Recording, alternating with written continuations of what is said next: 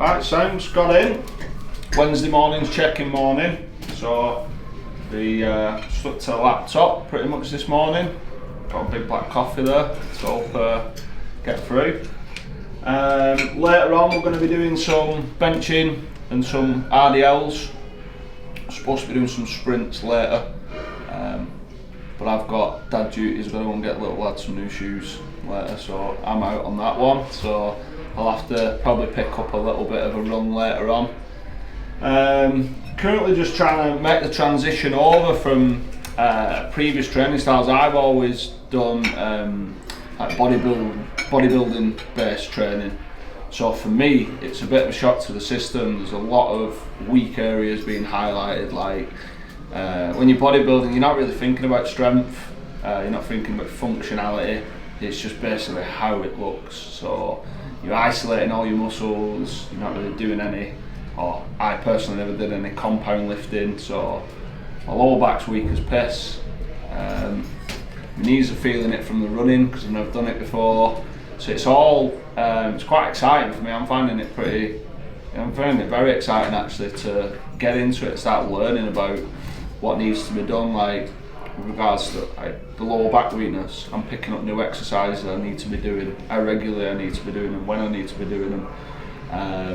Knees, getting knee issues, I need to work out how to keep on top of my stretching and rehab, massage, working out what kind of training loads I can, running distances I can manage without my knees flaring up. So it's dead interesting. I'm buzzing off it at the minute. But yeah, big change. We did do a bit of filming recently, and we touched on like post photo shoot, post bodybuilding mindset, and kind of what you should be doing after it, and we talked about reverse dieting. But one of the things we talked about as well was setting new goals.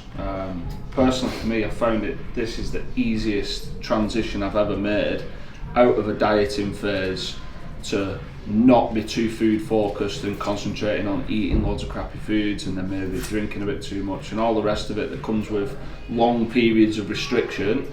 Literally the day after the photo shoot, flick the switch, like now we're going to move into this hybrid training. Mentally, it's just so easy because now I don't need to think about tracking my food as rigorously. I don't need to think about how much body fat I'm carrying. Now it's all about performance. It's all about managing training so that fatigue doesn't get out of control. And it's kind of just helped me flip the mind switch so easily.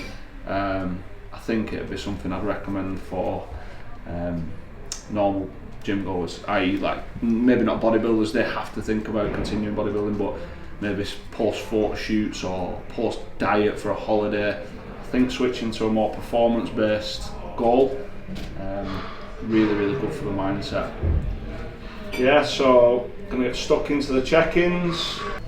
So I'll just give you a quick look at kind of how the check-in system works. So along with photographs of the client, so we'll get photographs front, side and back, which helps us visually track how a client is progressing. That's more like fat loss and physique based goals. If somebody's purely performance, you may not need photographs, but yeah, you take some photographs so visually we can see what's going on, and then quite an in-depth check-in system, whereas we ask a bunch of questions about how the client's week's gone, whether they've hit certain targets that we've set, and then all the progress is tracked. So we're tracking how much the client weighs, body measurements, the wins for the week, possible impacts on the week after, well-being, so mental and emotional stress, energy levels, sleep duration, sleep quality, signs of illness for females, whether they're on the menstrual cycle, calorie targets and hunger and appetite scores out of 10,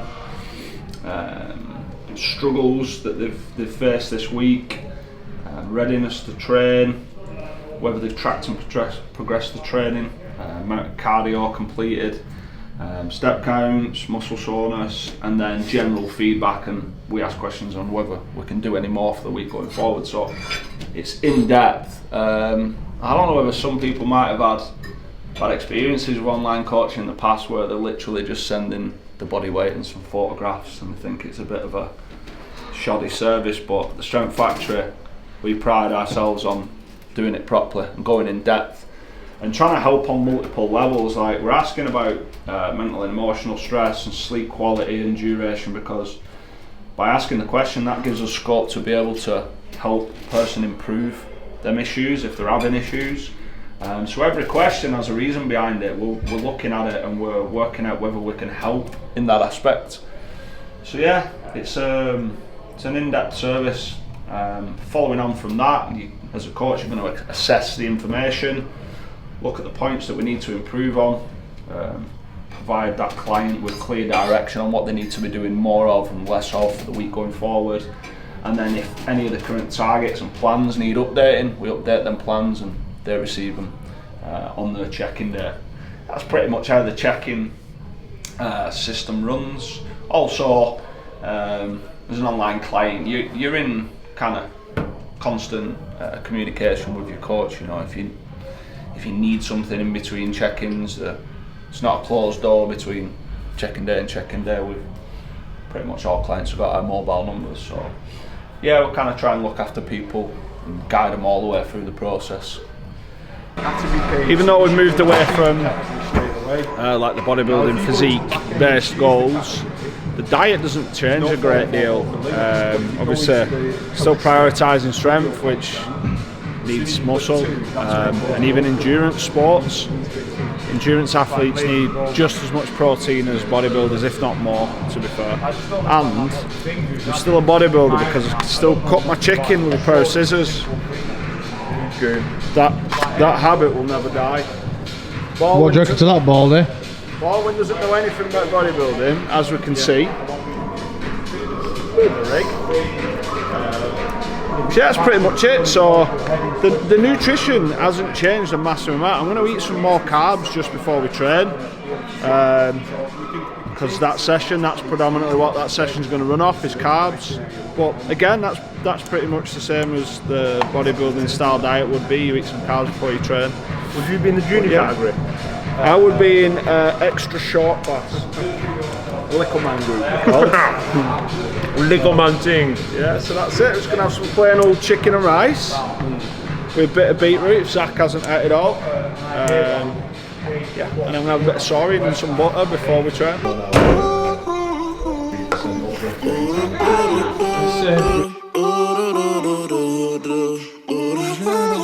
You'll probably want to leave. And obviously, the button to stop it extending. What are you on with, mate? Just going to eat some carbs and some butter. How much butter do you reckon's there? Is that 10 grams? Who cares? Probably about. But it's not now because you just had a bit more. Is it?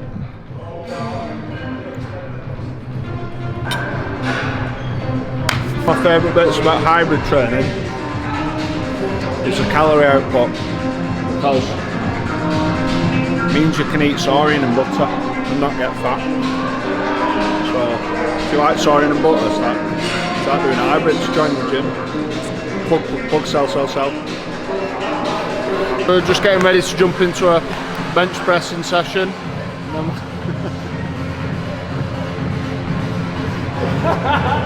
You put something in your top there, because you definitely know that. Hey! Fucking hell, kids. Size of him. Solid. Size of him? Size of him. He was snotty then. Yeah, right, so we're just getting ready to jump into a bench press and Romanian deadlift session. So we're doing slightly less volume this week on this session. Over the weeks and sessions, we have to undulate the amounts of sets and reps to avoid creating too much fatigue. And then we're pairing up bench pressing with Romanian deadlifts, which might seem a bit unconventional. Is that the right word? Unbodybuilder-ish. Unbodybuilder-ish, unstrength-ish. But we're spreading over the hip hinging / deadlift volume over the week. We want to try and hit every lift twice if possible. So we're having to break things up and swap them around to get the work in without smoking ourselves too much, because we've got a big run on Saturday morning as well. So this is where the trickery and all the excitement's come in with for learning about new kind of training, managing volume and avoiding too much fatigue. I'm not doing too good at it though, to be honest with you, because my knees are hurting a lot. So I need to keep on top. I know what I need to keep on top of more rehab work. But rehab work's boring. No one wants to do it, but we've got to do it or else you've got to be in pain all the time. It's alright, get warmed up.